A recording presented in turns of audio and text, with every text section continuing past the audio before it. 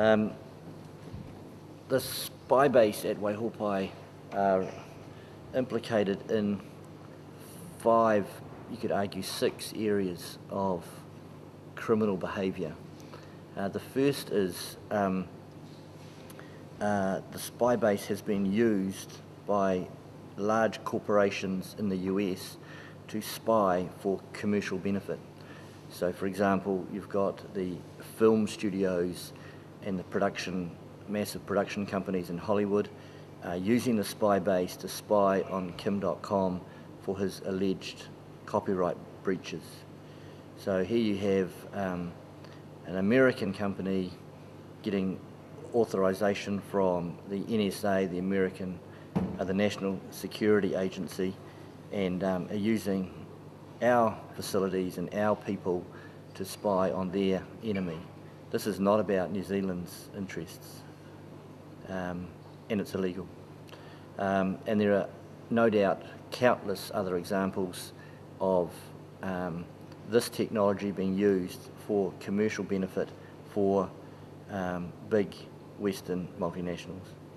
Nikki Hager was invited to speak in Brussels to the EU in relation to a huge Airbus contract that was just about to be signed for selling aeroplanes to Saudi Arabia, and at the very last minute it appeared that Boeing had intimate knowledge of every detail of their contract and of their sale, and undercut it and put some incentives in there and took the deal out from underneath the Airbus corporation.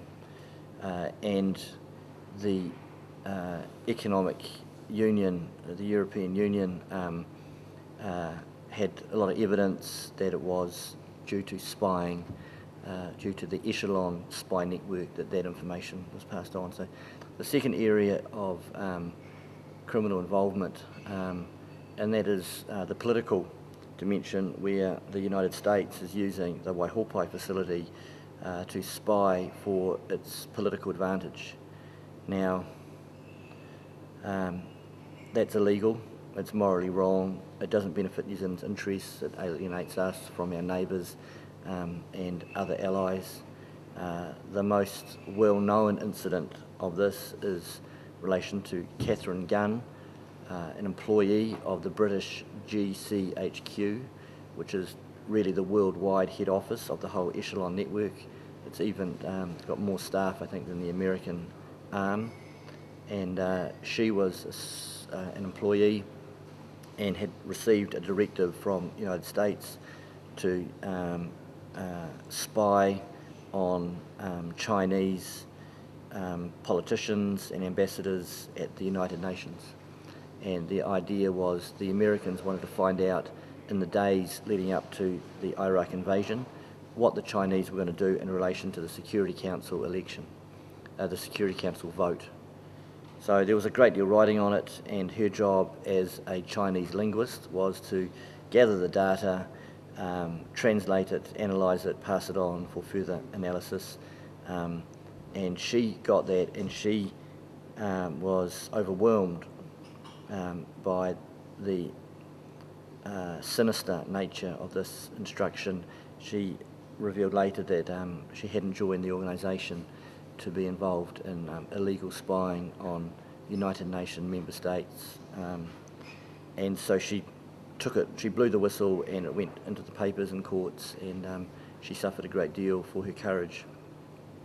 So that's the second area. The third is the Waihopai linked to wars, US wars.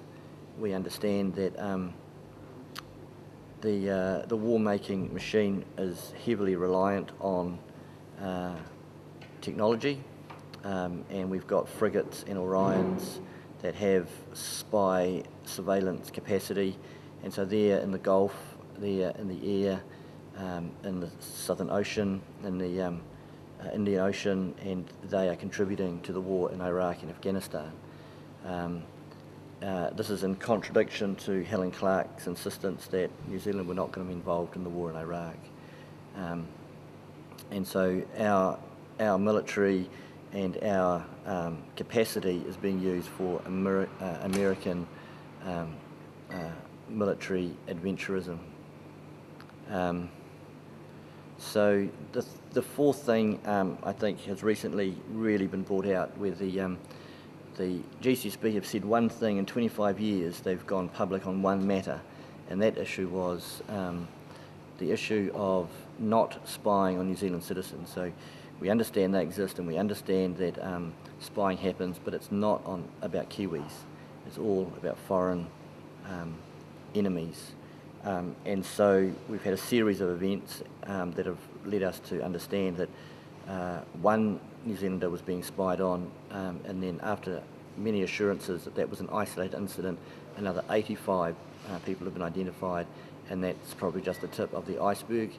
And the Prime Minister's also acknowledged that these people had no criminal involvements, and no prosecutions have resulted in the spying that was done on them, which only leads us to kind of conclude, if they're not spying on the criminal underworld, who are they spying on? Is this spying on political adversaries? Are they spying on activists? Are they spying on the peace movement? So it's a powerful system, and it's being exploited for personal advantage and not for the advantage of Kiwis. And the fifth area, I guess, is just a whole new era of warfare involving drones and unmanned craft.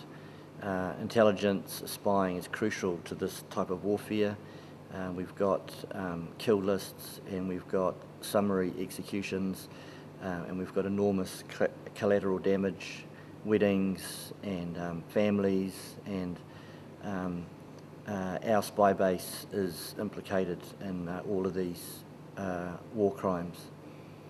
And I guess an additional area, which maybe you could call it a sixth area, I think there's some, the evidence would suggest that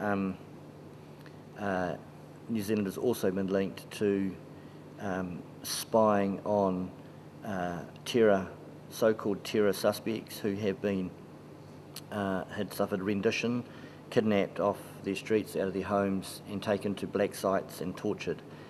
This is all extrajudicial, and it's completely against all New Zealand's commitments to United Nations protocols. So again, we find ourselves linked in some very, very dark, nasty violence, which is totally repulsive to the average woman or man in the street.